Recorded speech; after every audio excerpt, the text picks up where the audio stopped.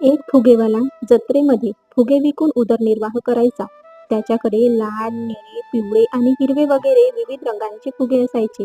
विक्री कमी होऊ लागली की एखादा फुगा तो सिलेंडरमधून हेलियम वायू भरून हवेत सोडायचा. उंच उंच जाणारा फुगा बघून मुले फुगे घेण्याची गर्दी करत आणि मग त्याचा धंदा परत जोरात सुरू होईल, असे तो दिवसभर करे.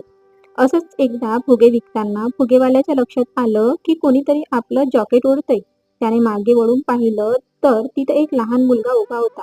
त्यानं त्याला विचारलं, "काका, काळ्या रंगाचा फुगा हवेत सोडला तर तो सुद्धा उडेल का?" मुलाच्या जिज्ञासेचं त्याला कौतुक वाटलं आणि मोठ्या प्रेमानं त्यानं उत्तर दिलं, "बाळ, फुगा रंगांमुळे उडत नाही, तर त्याच्या त्या आत काही आहे, त्यामुळे तो हवेत उंच उंच जातो." हीच गोष्ट आपल्या दैनंदिन आयुष्यालाही लागू पडते. आपल्या अंतरंगात जे काही असते त्यामुळे आपण उंचीवर जात असतो. अंतरंगातील ही गोष्ट म्हणजे आपला दृष्टिकोन, आपली